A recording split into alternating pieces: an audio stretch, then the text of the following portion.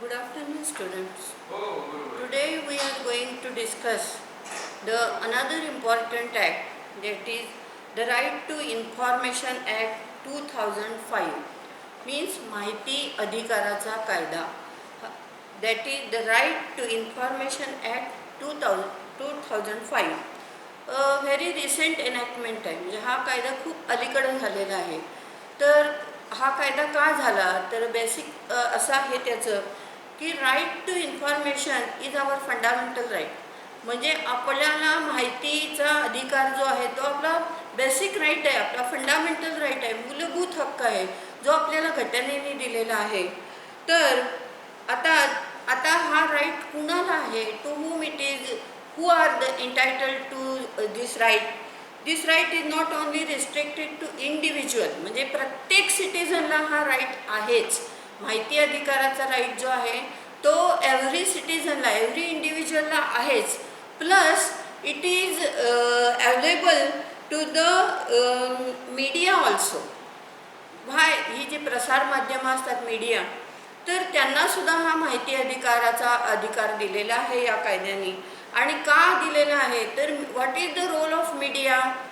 Media gather the information and it is publish in the simple language for the public purpose.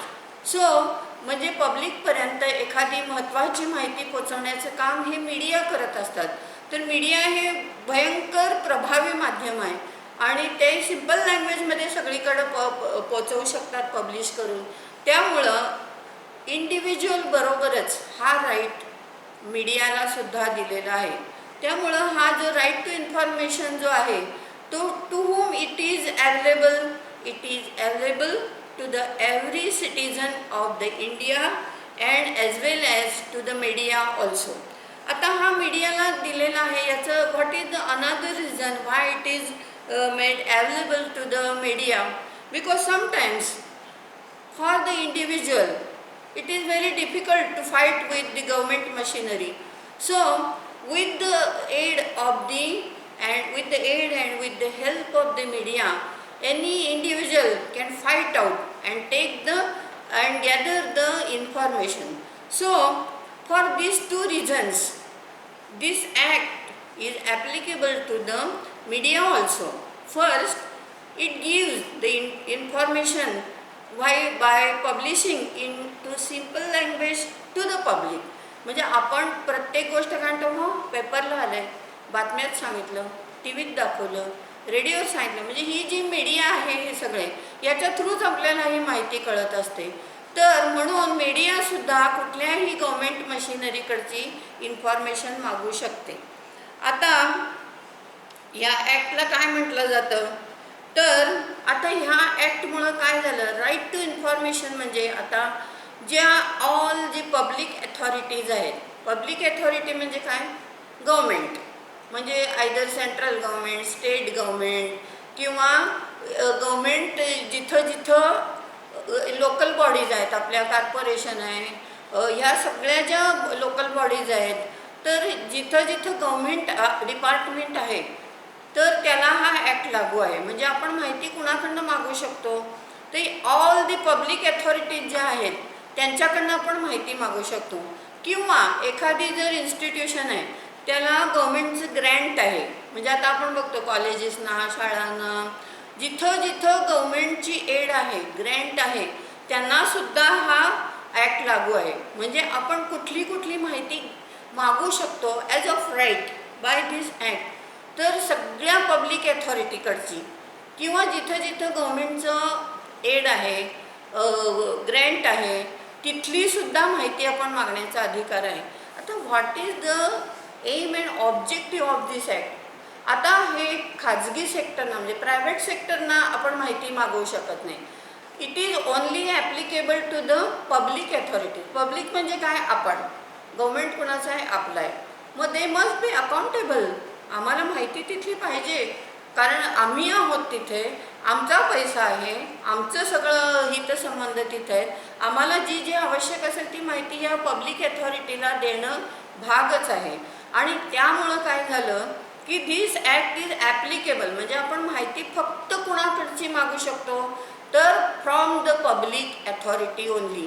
Private सेक्टरकडची माहिती आपण मागू शकत नाही, कारण ते त्यांचे प्रायव्हेट बिझनेस आहेत.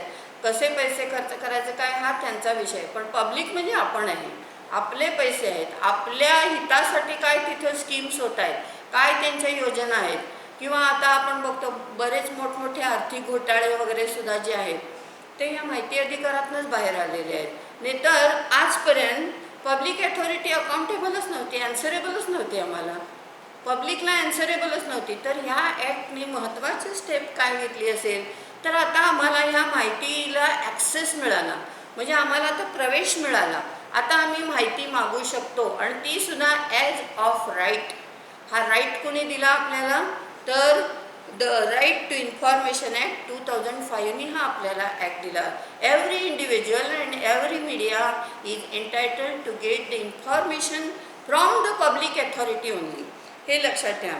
देन आता आपण असं बघूया की मुळात पब्लिक अथॉरिटी म्हणजे कोण, म्हणजे ज्यांच्याकडनं आपण हा अधिकार मागू शकतो, ज्यांची माहिती आपण मागू शकतो, ते पब्लिक अथॉरिटी म्हणजे कोण कोण येतात बघा. मीन्स एनी अथॉरिटी और बॉडी और institution of self government established और कॉन्स्टिट्यूटेड बाय और अंडर द कॉन्स्टिट्यूशन, म्हणजे ज्या इन्स्टिट्यूशनची किंवा बॉडीची एस्टॅब्लिशमेंट ही घटनेनुसार झालेली आहे, दे आर पब्लिक अथॉरिटी.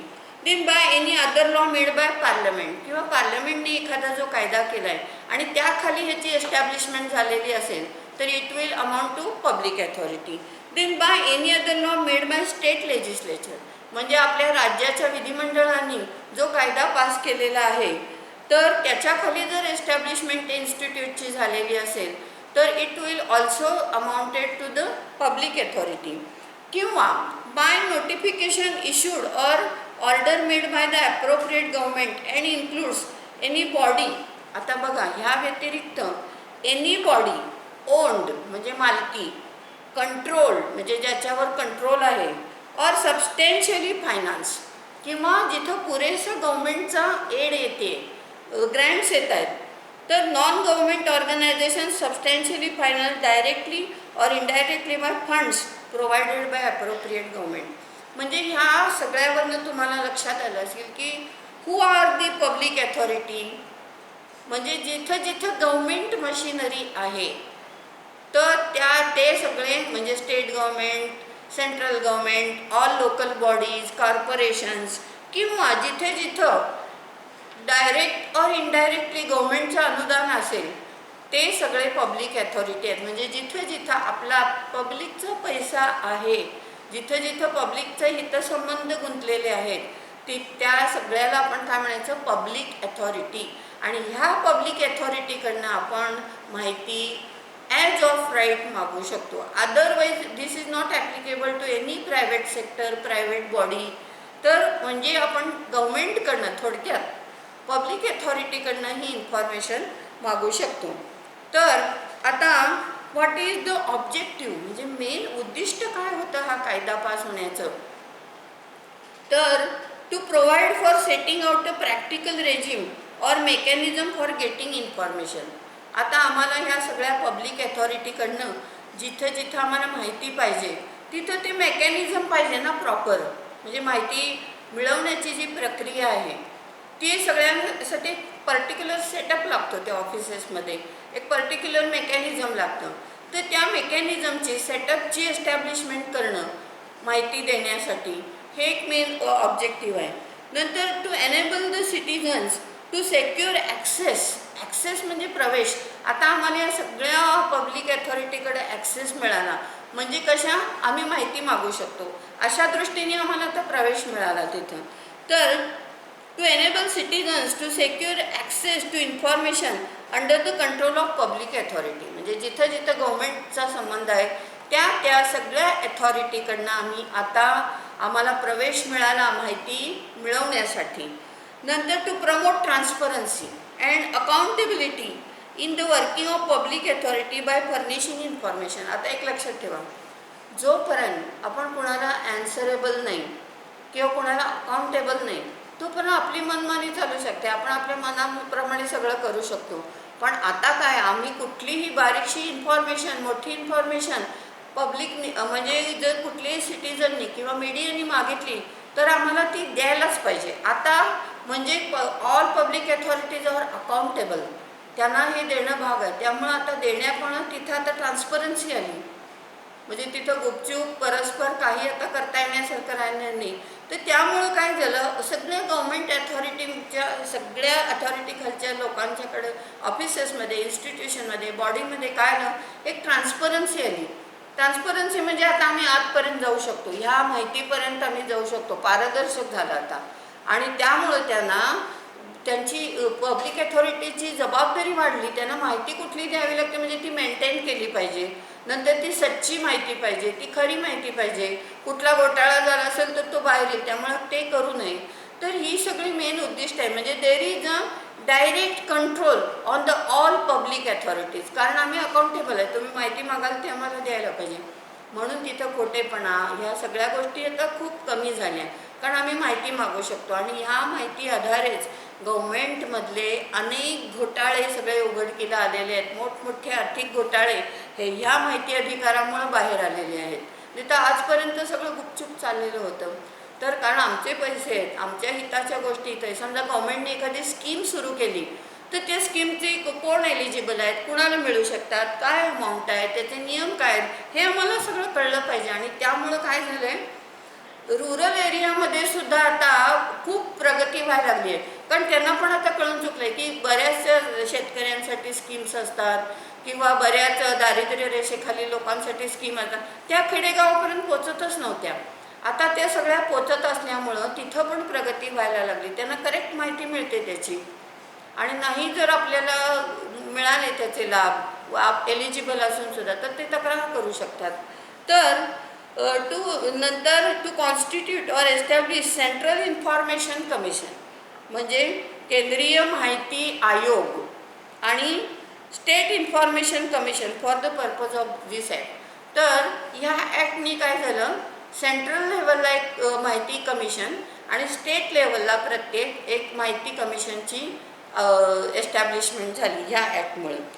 नंतर ह्या अनुषंगाने ज्या बऱ्याच गोष्टी येतात त्या पण पुरवठा करण्याचं ह्या राईटनी हे आलं. तर विथ दिस मेन ऑब्जेक्टिव्ह काय आहे ह्या कायद्याचं, तर प्रत्येक सिटीजनला आता ॲक्सेस मिळाला, पब्लिक अथॉरिटीची माहिती घेण्याचा एक प्रवेश मिळाला. आता ऑफिशियली ॲज ऑफ राईट कायद्याने अधिकार मिळाला आणि ते आम्हाला मिळालाच पाहिजे ती माहिती. त्यामुळं गव्हर्मेंट ऑफिसरवर काय आलं, एक कंट्रोल आला, सगळा ट्रान्सपरन्सी आली. प्रत्येक गोष्ट त्यांना पुरवावी लागते, म्हणजे ती व्यवस्थित केली पाहिजे. तर आता ह्याच्यामुळं काय झालं, आता ही आपण जी इन्फॉर्मेशन मागतो तर ती कुठल्या स्वरूपात मिळते आपल्याला बघा. मुद्दाम मी तुम्हाला जास्त मराठीचा वापर करते, कारण हा कायदा प्रत्येकापर्यंत पोचला पाहिजे आणि हा प्रत्येक ठिकाणी आपल्याला लागतो. तर काही वेळा काय असतं, ह्याची जी किचकट रचना असते, म्हणजे लॉचे सगळे साधारण सगळं वर्डिंग किंवा जे हे असते सेंटेन्स, ते अशी कॉम्प्लिकेटेड वाटते. काही वेळा साधा अर्थ असून आपल्या डोक्यात जात नाही. हळूहळू तुम्ही ॲक्ट वाचायला लागलात की हळूहळू तुम्ही पण तयार व्हाल. पण म्हणून मी हा कायदा शक्यतो तुम्हाला मराठीमधनं एक्सप्लेन करू शकते. आय होप बहुतेक सगळेजण मराठी समजणारे असतील. कोणी नसेल तर त्यांनी मला नंतर म्हणजे आपल्या याच्यावर ग्रुपवर किंवा माझ्या व्हॉट्सॲपवर कळवा, मी एक्सप्लेन करीन नंतर. तर आता ही इन्फॉर्मेशन कुठल्या फॉर्ममध्ये आपण मागू शकतो बघा. इन्फॉर्मेशन आता आपल्याला माहिती अधिकाराचा कायदा, पण माहिती कुठल्या कुठल्या फॉर्ममध्ये आपण मागू शकतो. तर the term information means any material in any form. आता हे फॉर्म कुठल्या कुठल्या स्वरूपात असतात बघा. इन्क्लुडिंग रेकॉर्ड्स, म्हणजे जे सगळं रेकॉर्ड असतं गव्हर्मेंट ऑफिसमधलं सगळं रेकॉर्ड. डॉक्युमेंट्स म्हणजे कागदपत्र, मेमोज. नंतर ईमेल्स. आता सगळीकडे आपण बघितले पेपरलेस ऑफिस झालेली आहे, सगळीकडे पेपरलेस गव्हर्नन्स झाल्यामुळं आता बराचसा डाटा आपला कुठला असतो, ई गव्हर्नन्स असतो. तर ईमेल्स. नंतर ओपिनियन, ॲडवायसेस. आता ओपिनियन आणि ॲडवायसेस का आपण मागू शकतो सांगा. समजा आता सांगलीच्या एक आयर्विन पुलाचं काम आहे आणि त्यावेळी तुम्ही ब्रिज इंजिनियर किंवा त्यातले जे एक्सपर्ट्स असतात त्याचं गव्हर्नमेंटनी ॲडवाईस घेतलेला असतो किंवा त्यांचं ओपिनियन घेतलेलं असतं.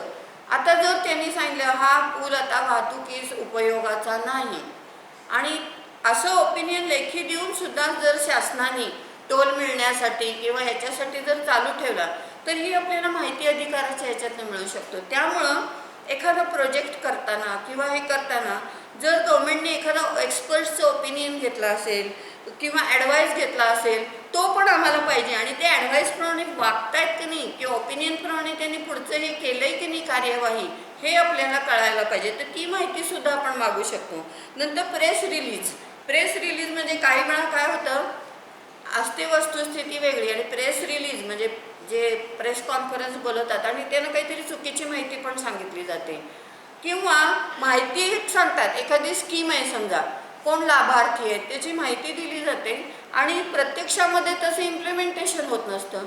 तर ह्या स्वरूपात ही माहितीसुद्धा आपण मागू शकतो.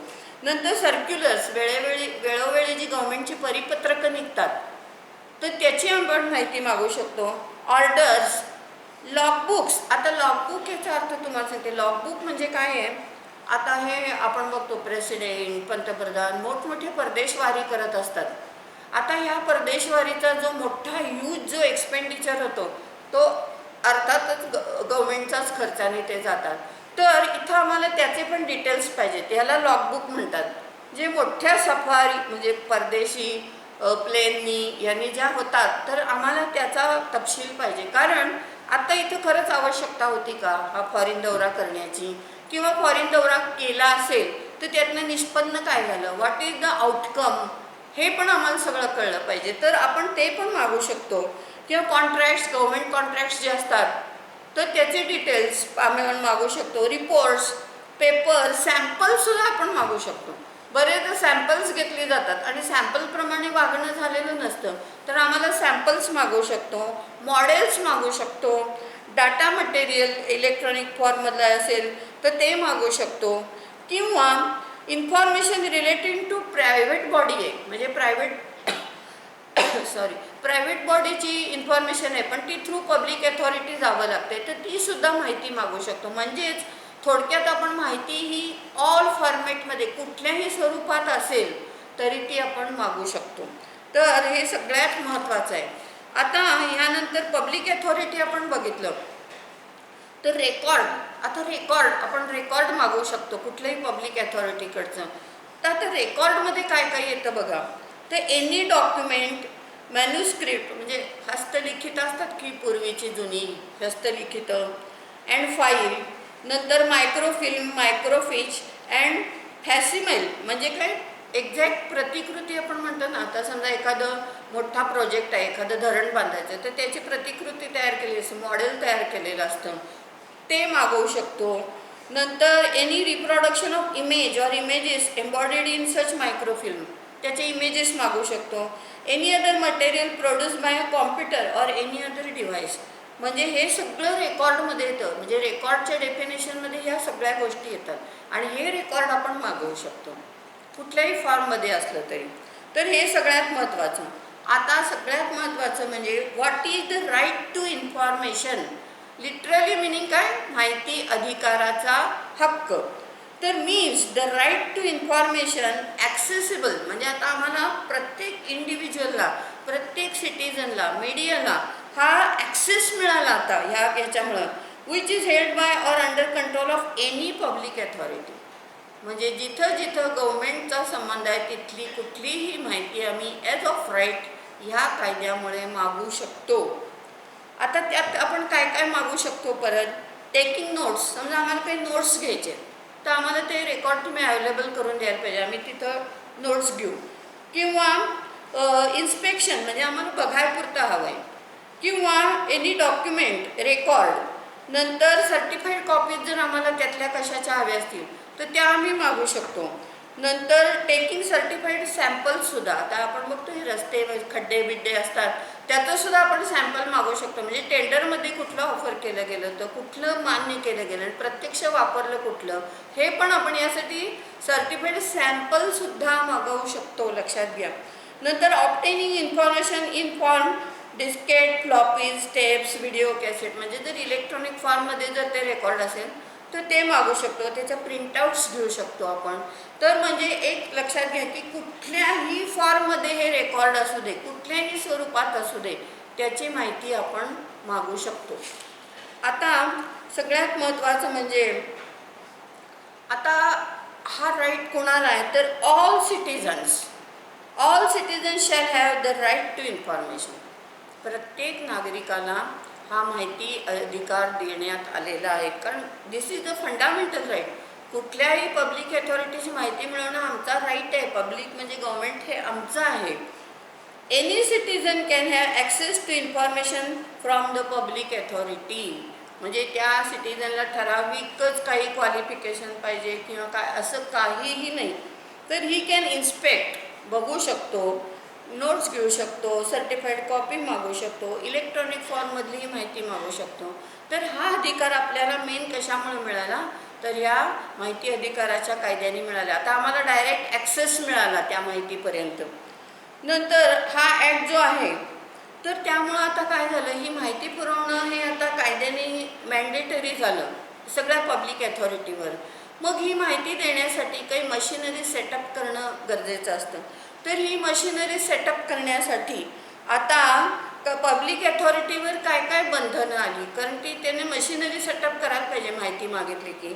तर त्यामुळं आता पब्लिक अथॉरिटी ज्या आहेत त्यांच्यावर आता काय झालं, खालील ऑब्लिगेशन आली. पहिलं कुठलं आहे तर every public authority shall maintain all it's record. आता प्रत्येक जे त्यांचं रेकॉर्ड आहे, प्रत्येक रेकॉर्ड हे त्यांनी मेंटेन केलं पाहिजे. आणि ते पण कसं पाहिजे, कॅटलॉग आणि इंडेक्स, म्हणजे आपण म्हणतो ना अनुक्रमणिकेनुसार कॅटलॉग पाहिजे त्याचा आणि इंडेक्स पाहिजे. हे मेंटेन करणं आता सगळ्या पब्लिक अथॉरिटीवर मॅन्डेटरी झालं. कारण आम्हाला जर कुठली माहिती हवी असेल तर आम्ही तो रेफरन्स नंबर घालू शकतो, इंडेक्स नंबर अमुकची अमुक माहिती असं. त्यामुळं आता ते त्यांना सिस्टमॅटिक त्याचं रेकॉर्ड ठेवणं, कॅटलॉग वाईज, इंडेक्स वाईज ठेवणं हे ऑब्लिगेटरी आलं. कारण आपल्याला माहिती घेताना ते सोयीचं जातं, आपण रेफरन्स कुठला द्यायचा.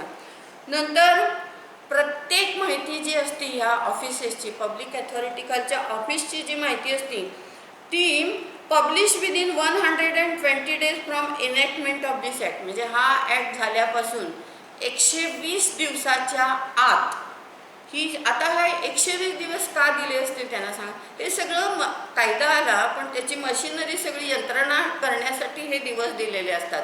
बरेचदा काय होतं, कायदा येतो पण त्याप्रमाणे मशिनरी सेटअप करावी लागते, त्यासाठी हे दिवस दिले जातात. तर 120 दिवस हे त्यासाठी दिलेले आहेत.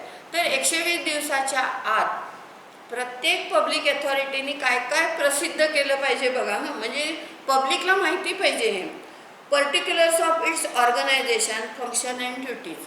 म्हणजे हे ऑफिस कशासाठी आहे, याचं काम काय आहे, त्याचं वर्किंग कसं आहे. नंतर the procedure followed in the decision making process including channels of supervision and accountability. कुठलाही डिसिजन हे ऑफिसमध्ये घेताना कोण अधिकारी आहेत, त्याची प्रोसेस काय आहे. नंतर the norm set by it for the discharge of its functions. म्हणजे या ऑफिसची जी काही फंक्शन्स आहेत, कार्य आहेत, ती करण्यासाठी काय काय व्हॅल्यूज हे केल्या जातात. नंतर त्याचे नियम काय आहेत, इन्स्ट्रक्शन्स काय आहेत, मॅन्युअल्स काय आहेत, रेकॉर्ड्स काय आहेत. थोडक्यात काय, ही जी सगळी जी माहिती आहे किंवा इथे एम्प्लॉईज कोण आहेत, अधिकारी कोण आहेत, त्यांना काय काय अधिकार आहेत. नंतर त्यांचं मंथली रेम्युनरेशन किती आहे प्रत्येक अधिकाऱ्याचं. नंतर काही जर झालं तर कॉम्पेन्सेशन पद्धत काय आहे, बजेट काय आहे ऑफिसचं. नंतर manner of execution of subsidy. आता काही काही याला गव्हर्नमेंटला सबसिडी देतात ना, कर्जाला सबसिडी देतात, तर ही सबसिडी प्रोग्राम काय आहे. नंतर बेनिफिशरी कोण आहे, म्हणजे एखादी स्कीम्स असतात ज्या नव्या नव्या गव्हर्नमेंटच्या स्कीम्स असतात त्याचे बेनिफिशरी कोण आहे, म्हणजे लाभ कोणाला मिळणार आहे. तर ही सगळी जी डिटेल माहिती आहे तर ती वेळोवेळी ठराविक पिरियडनंतर पब्लिश केलीच पाहिजे या ऑफिसने. म्हणजे पब्लिश कशासाठी करायचं तर it must be known to the all public. आता ह्याप्रमाणे जर इम्प्लिमेंटेशन होत नसेल तर आम्ही माहिती अधिकाराखाली ही माहिती मागवून तक्रार करू शकतो. फक्त आता इथं सगळ्यात महत्त्वाचं असं आहे की प्रत्येक म्हणजे डेसिग्नेशन कुणाचं आहे, काय आहे, त्यांना अधिकार काय, हे सगळं आपल्याला एकदा माहिती कळली की त्यानंतर आपण पुढील ॲक्शन घेऊ शकतो. पण एक सगळ्यात महत्त्वाचं सांगते, ह्या कायद्याने जी आपल्याला माहिती मिळते ॲक्च्युली त्याचा उपयोग फक्त माहिती म्हणूनच करायचा. आता एक लक्षात घ्या, समजा एखादी गव्हर्नमेंटची स्कीम त्याप्रमाणे इम्प्लिमेंटेशन होत नाही आहे, तर इथे ॲक्शन घेण्यासाठी कोर्टातच जावं लागतं. एक लक्षात घ्या, माहिती अधिकाराने ॲक्शन तुम्हाला घेता येत नाही, फक्त माहिती मिळते. त्या माहितीवरनं तुम्ही कोर्टातच ॲक्शन घेऊ शकता. लिगल ॲक्शन ही कोर्टातच घेतली जाते. फक्त इथं ह्या माहितीच्या आधाराने आपण ती ॲक्शन घेऊ शकतो. म्हणजे ॲक्शन तिथं नाही घ्यायची, तर ॲक्शन कुठं कोर्टातच, पण ह्या माहिती आधारे. हे सगळ्यात लक्षात ठेवा. म्हणजे इथं फक्त माहिती देण्याचं काम हे फक्त ह्या पब्लिक अथॉरिटीचं आहे. नंतर आता every public authority to take steps to provide as much information. आता या सगळ्या पब्लिक ऑफिसर म्हणजे पब्लिक ऑफिसेस जे आहेत, पब्लिक अथॉरिटीज आहेत, त्यांनी शक्यतो मॅक्झिमम प्रयत्न करून सगळी मागितलेली माहिती दिली पाहिजे. म्हणजे त्यांचं प्रयत्न पाहिजे की ही सगळी जी मागणी आहे ती आपण पुरवठा केली पाहिजे. आता सगळ्यात महत्त्वाचं म्हणजे ह्यात appointment and duties of public information officer. सगळ्यात माहिती, आता ही माहिती अधिकाराची ही जी मशिनरी आहे ही सेटअप होण्यासाठी प्रत्येक पब्लिक अथॉरिटीकडे काय असलं पाहिजे, every public authority or institution shall within 120 days from the date of enactment, म्हणजे ते त्यांना अवधी दिलेले आहे 120 दिवसाचा. Designate as many officers as the central public information officer or state public information officer in all administrative units and office. म्हणजे प्रत्येक ऑफिसमध्ये हा माहिती अधिकाराचा पब्लिक ऑफिसर नेमला पाहिजे. म्हणजे त्याचं काम काय, हे आलेले अर्ज ते कुठं फॉरवर्ड करायचे असतील, कुठली माहिती द्यायची असेल, यासाठी प्रत्येक गव्हर्नमेंट ऑफिसमध्ये माहिती म्हणजे इन्फॉर्मेशन ऑफिसर याची अपॉइंटमेंट केली पाहिजे. नंतर every public authority or organisation shall designate and officer. तर तिथं प्रत्येक ऑफिसमध्ये याचा ऑफिसर पाहिजे. म्हणजे त्याचं हे काम माहिती पुरवणे, अर्ज स्वीकारणे, माहिती पुरवणे, काही वेळा वरच्या ऑफिसमध्ये ते त्यांना फॉरवर्ड करायला लागतात. तर हे सगळं काम करण्यासाठी हे ऑफिसर्स नेमले पाहिजेत. आता these officers had to receive the application. त्यांचं काम काय, माहिती मागणीचे जे ॲप्लिकेशन येतात ते स्वीकारणे, फॉर इन्फॉर्मेशन और appeals under this act for forwarding the same fourth with the central public and. काही वेळा ते वर पाठवायला लागतात. ही माहिती वरच्या ह्याच्याकडनं यायची असेल तर तिथं ते फॉरवर्ड करणं, यासाठी या ऑफिसर्सची अपॉइंटमेंट करणे ही या कायद्याने बंधनकारक झालेलं आहे प्रत्येक पब्लिक अथॉरिटीला. आता the central public information officer or state public information officer as the case may be deal with request from persons. म्हणजे ज्या रिक्वेस्ट येतात, जी माहिती मागितलेली आहे त्याच्या सगळ्याचं डीलिंग करायचं. आणि किंवा काही लोकांना जर माहिती मागता येत नसेल तर त्यांना असिस्टन्स करायचं, म्हणजे त्यांना मदत. आता आपल्या इथे बघितलं आपण, आपल्या इंडियामध्ये बऱ्याच लोकांना लिहिता वाचता सुद्धा येत नाही, तर त्यांना ते सुद्धा मदत करणं हे ऑफिसरचं कर्तव्य आहे. नंतर the other officers whose assistant is sought or ask for under this act shall be treated as central or state public information. काही वेळा दुसऱ्यांच्या थ्रू पण माहिती गोळा करावी लागते त्या ऑफिसनं, तर ते पण ऑफिसर म्हणून ट्रीट केले जातात. आता सगळ्यात महत्त्वाचं हे, आता तुम्हाला सगळं बेसिक साचा लक्षात आला आता.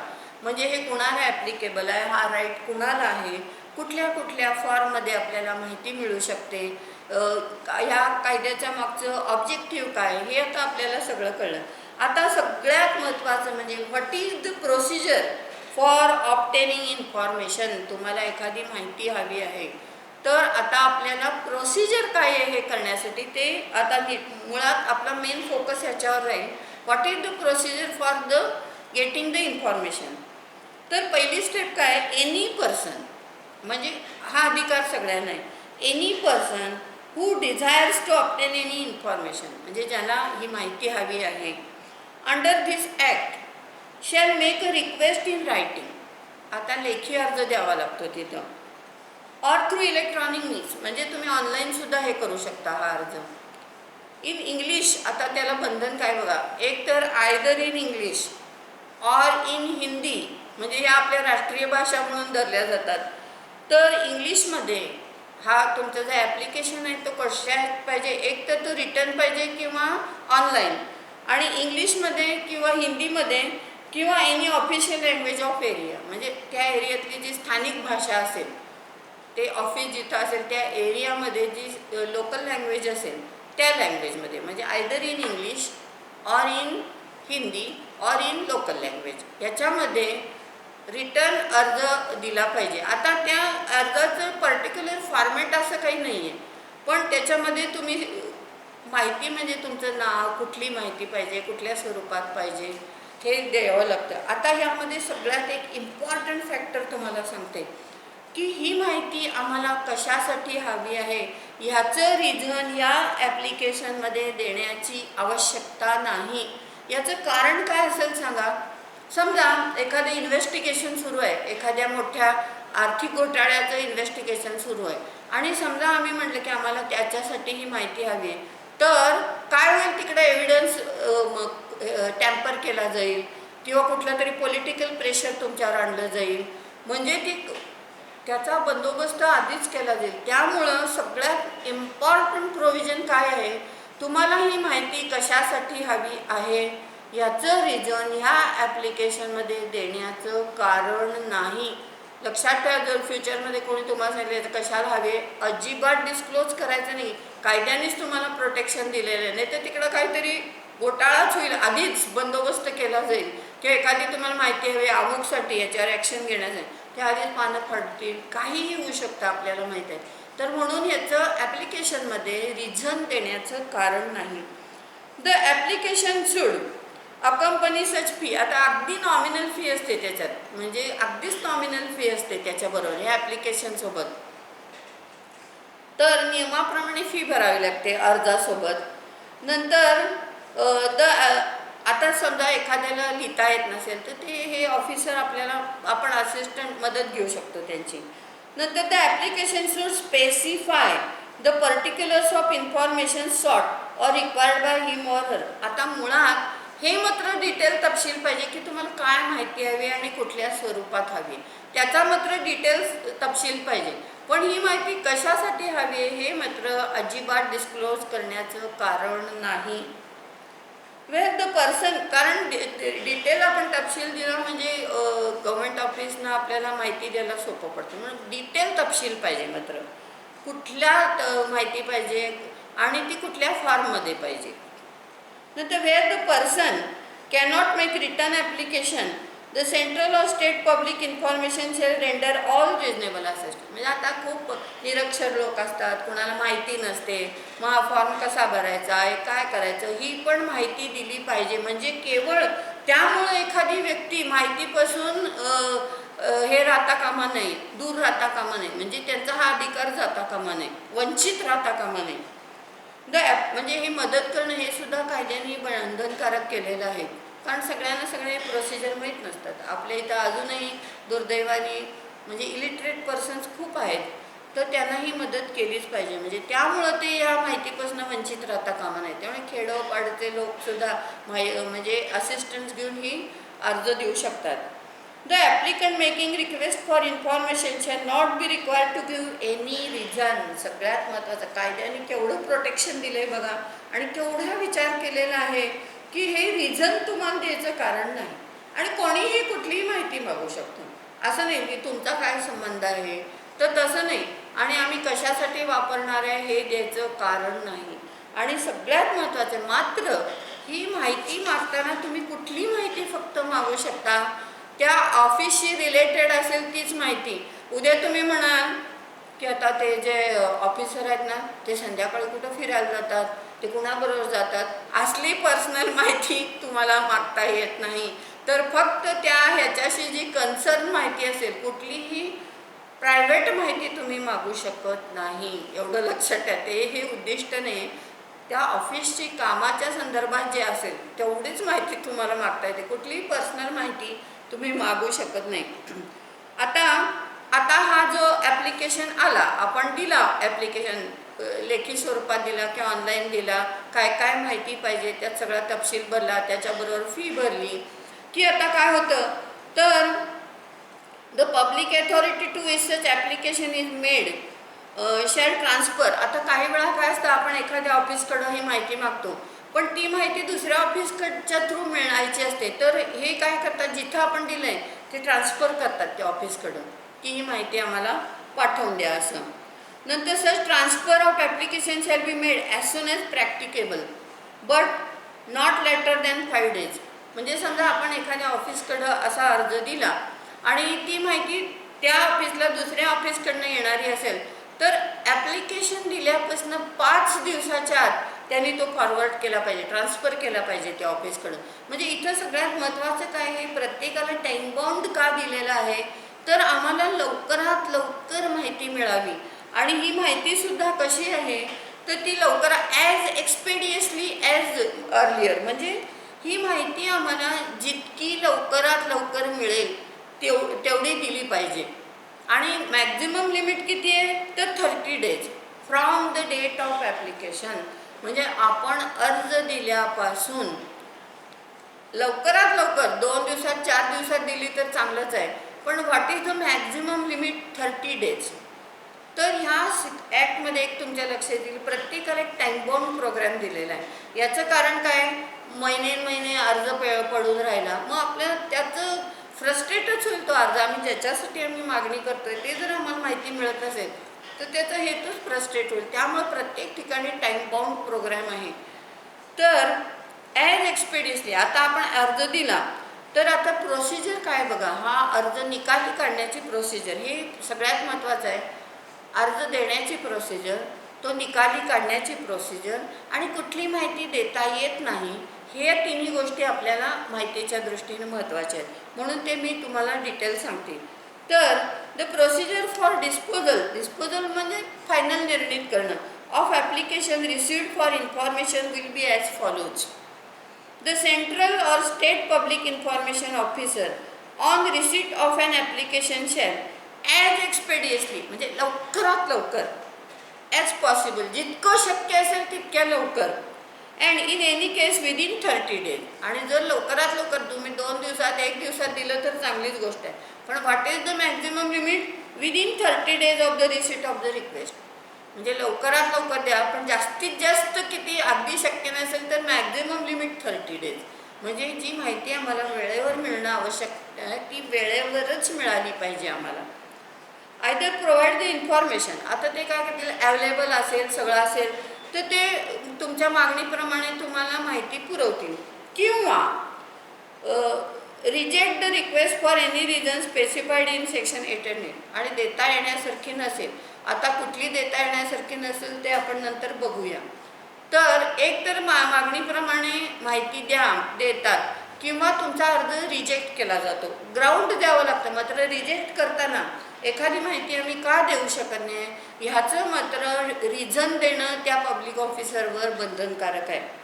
आता झालं. नंतर इफ द इन्फॉर्मेशन सॉट म्हणजे मागणी केलेली for or requested concern the life or liberty of a person, the same shall be provided within 48 hours. आता समजा आम्हाला ही जी माहिती हवी ना, त्याच्यामुळे एखाद्याचं जीवन आम्ही वाचवू शकतो किंवा एखाद्याची मरणाचा प्रश्न आहे, त्यासाठी जर आम्हाला ती माहिती हवी असेल तर ती मात्र 48 तासात म्हणजे 2 दिवसाच्या दिलीच पाहिजे. जिथं जीवाशिवाचा जिथं प्रश्न असतो म्हणजे तर तिथं जीव वाचवण्याचा प्रश्न असतो, त्याच्या स्वातंत्र्याचा प्रश्न असतो, तिथं मात्र वेळ लावून चालत नाही. तर तिथं कमीत कमी 48 hours ती माहिती दिलीच पाहिजे. Where the Central or state public information officer fails to give decision on the request for information within the period specified above, they shall be deemed to have refused. आता दिलेल्या मुदतीमध्ये जर त्यांनी काही निर्णय दिलाच नाही, काही नाही म्हणजे माहिती पण दिली नाही, रिजेक्ट पण नाही, काहीच जर कळवलं नाही, तर ह्याचा अर्थ आम्ही काय करतो, त्यांनी रिजेक्ट केलं. काहीच कळवलं नाही म्हणजे रिजेक्ट केलं. If a decision is taken to provide the information on payment of any further fees, काही वेळा आपण जी मिनिमम फी दिलेली असते तर ह्या माहितीला जास्त फीची गरज असेल तर तसं ते कळवू शकतात की अजून एवढी फी डिपॉझिट करा म्हणून, तर असं पण कळवू शकतात. नंतर information concerning his or her right with respect to review the decision as to amount of fees. आता ही जी फी त्यांनी रिवाईज फी आपल्याकडं मागणी केली त्याबद्दल जर आपल्या मनात जर डिस्प्यूट असेल तर आपण काय करू शकतो, तर वरच्या अपिलेट अथॉरिटीकडे जाऊ शकतो. पण ही जे आता कोण ॲपिलेट अथॉरिटी, किती दिवसात अपील करेल, ही पण माहिती ऑफिसरनी आम्हाला कळवायला पाहिजे. नाही तर ती तर आम्हाला कशी कळणार. म्हणजे किती सोय केलेली आहे बघा सिटिझन्सची. जर त्यांनी डिसिजन अर्जून फी मागितली ती आम्हाला मंजूर नाही, म्हणजे आणखी फी मागणीचा डिसिजन दिला, तर समजा तुम्हाला हे मान्य नसेल तर अमुक अमुक अपिलेट अथॉरिटी इथे आहे, त्यांच्याकडं अमुक दिवसात तुम्ही अपील करू शकता. ही पण माहिती त्यांनीच द्यायची आपल्याला. असं इतर कुठल्या कोर्टात असतं का? पण इथं इतकं सिटिझन्स अँड पब्लिकचा विचार केलेला आहे की त्यांना आम्हाला माहीत नव्हतं म्हणून त्याच वेळेत जाऊ नये ही माहिती पण तेच दिली पाहिजे त्यांनी.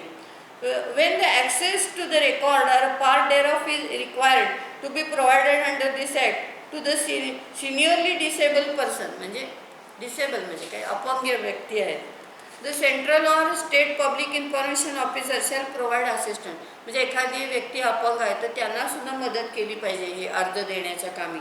आणि हे जर एक्स्ट्रा चार्ज जर असतील ते तर मात्र बिलो पॉवर्टी लाईन जे लोक असतात त्यांना फ्री दिलं जातं. म्हणजे थोडक्यात काय आहे इथं, इतकं लोकांचंही त्यात बघितलेलं आहे कायदा बनवताना की माझ्याकडे पैसे नाहीत किंवा मला लिहिता वाचता येत नाही किंवा मला माहिती नव्हती म्हणून मी कुठल्याही माहितीपासून वंचित राहू नये. आणि ह्या सगळ्यामुळं गव्हर्मेंट ऑफिसरवर, पब्लिक अथॉरिटीवर एवढा कंट्रोल आलेला आहे सगळा, तर ही एवढी सोय केलेली आहे सगळी. म्हणजे बिलो पॉवर्टी लाईन असेल तर त्यांना फीसुद्धा भरायला लागली free of charge. The person making request for the information shall be provided the information free of charge if the public authority fails to send it within time limit of 30 days. किंवा जर 30 दिवसाच्या आत देऊ शकले नाहीत तरी त्यांनी free द्यायला पाहिजे. मग म्हणजे एवढं टाईम बाउंड, सगळं टाईम बाउंड प्रोग्राम केलेलं आहे. Before taking any decision regarding providing the information the central or state public information officer shall take into account the representation made by a third party under section 11. आता काही वेळा काय असतं, एखादी माहिती third पार्टीकडनं मागवावी लागते त्यांना. मग अशा वेळी काय करतात, तर थर्ड पार्टीकडे जर दिलं तर आम्ही त्यांना हे जे अथॉरिटी असतात तर ते काय करतात, किंवा आमचा हा डिसिजन जर मान्य नाही आहे तर अपिलेट अथॉरिटीची सगळी माहिती त्यांना द्यावी लागते. आता सगळ्यात इम्पॉर्टंट ही सगळी प्रोसिजर झाली. Providing information not obligatory. आता आपण सगळ्या काय बघितले, प्रत्येक माहिती ही दिलीच पाहिजे ह्या कायद्याने. पण काही ही जी एक्सक्लूड केलेत म्हणजे एक्झम्शन दिलेलं आहे की अशा पद्धतीची माहिती मागितली तर ते पब्लिक अथॉरिटीवर बंधन करेल, त्यांनी ती देऊ नये. आता ती कुठली, हे सगळ्यात इम्पॉर्टंट आहे. The information disclosure that would affect the sovereignty and integrity of India or security of India. म्हणजे काय सांगा, ही जर माहिती तुम्ही जी मागणी केलेली आहे ती जर माहिती दिली तर देशाच्या सार्वभौमत्वाला, म्हणजे सॉवरिटी म्हणजे सार्वभौमत्व म्हणजे सर्वोच्च सुप्रीम अथॉरिटीला किंवा इंटिग्रिटीला, देशाच्या एकतेला किंवा सुरक्षिततेला किंवा आपल्या आर्थिक इंटरेस्टला किंवा एखाद्या फॉरेन म्हणजे परदेशाचे जे आपले मित्रत्वाचे संबंध आहेत त्याला धोका येणार असेल तर अशी माहिती तुम्ही रिजेक्ट करू शकता. पण रिझन द्यायलाच लागतं की ह्या कारणास्तव आम्ही हे रिजेक्ट करतोय. तर हे सगळे एक्सेप्शन्स ठेवलेली आहेत, म्हणजे सेफगार्ड ठेवलेलं आहे आपल्या याला. नंतर information which has been expressly forbidden to be published by any court. Expressly forbidden म्हणजे एखाद्या कोर्टाने, आता समजा एखादं प्रोसिडिंग जे कोर्टामध्ये असतं ते इन कॅमेरा सुरू असतं. इन कॅमेरा म्हणजे तिथं फक्त जज, दोन्ही पार्टी आणि दोन्ही पार्टीचे वकील, बाकी कोणालाही तिथं प्रवेश नसतं. जनरली या रेप केस असतात किंवा खूप डेंजर केस असतात किंवा एखादं मॅट्रिमोनियल मॅटर असतं तर ते इन कॅमेरा घेतलं जातं. म्हणजे एवढे बाकीच्या कोणा इतर वकिलांना सुद्धा तिथं प्रवेश नसतो. तर काही वेळा कोर्ट हे करतात की मीडियाला वगैरे की नाही आम्ही हे पब्लिश करू नका असं कोर्टाने ऑर्डर केली असेल तर अशी माहिती रिजेक्ट केली जाते. नंतर information the disclosure of which would cause a breach of privilege of parliament or state legislature. आता ह्या माहितीमुळं जर पार्लमेंट म्हणजे संसदेला किंवा स्टेट लेजिस्लेचर म्हणजे काय विधिमंडळाला जर कुठले त्यांचे जे विशेष अधिकार आहेत, प्रिव्हिलेजेस म्हणजे काय विशेष अधिकार, त्यांना जे विशेष अधिकार आहेत ते जर काढून घेतले जात असतील किंवा त्याचा भंग होत असेल तर अशी माहिती देता येणार नाही. नंतर information including commercial confidence, trade secret or intellectual property म्हणजे आपण हे म्हणतो पेटंट्स राईट, कॉपीराईट हे जे आहेत तर त्याच्या मात्र तुम्हाला ते डिस्क्लोज करता येईल. काही ट्रेड सिक्रेट्स असतात आपली तर त्यांना हे प्रोटेक्शन दिलेलं आहे.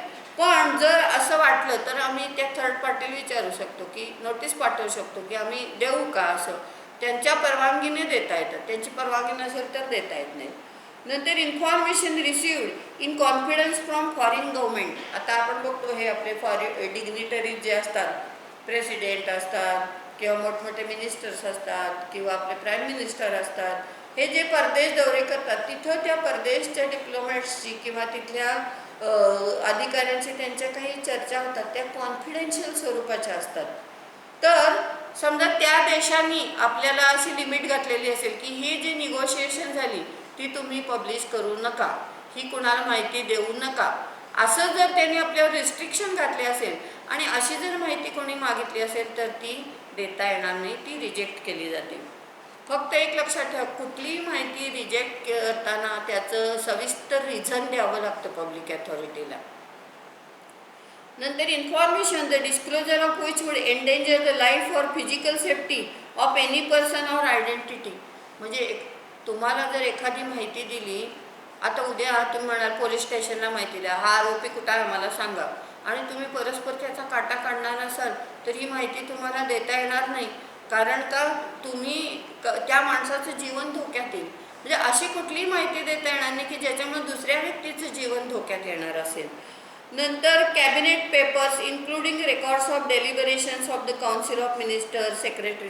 आपल्या गव्हर्नमेंटचे सुद्धा काही काही जी हे असतात ना डेलिबरेशन्स किंवा सेक्रेटरींची जे तर त्या मात्र कॉन्फिडेन्शियल ठेवाव्या लागतात. अर्थात त्याचं अंतिम उद्दिष्ट काय ते देशाच्या सुरक्षिततेसाठीच असतात या गोष्टी.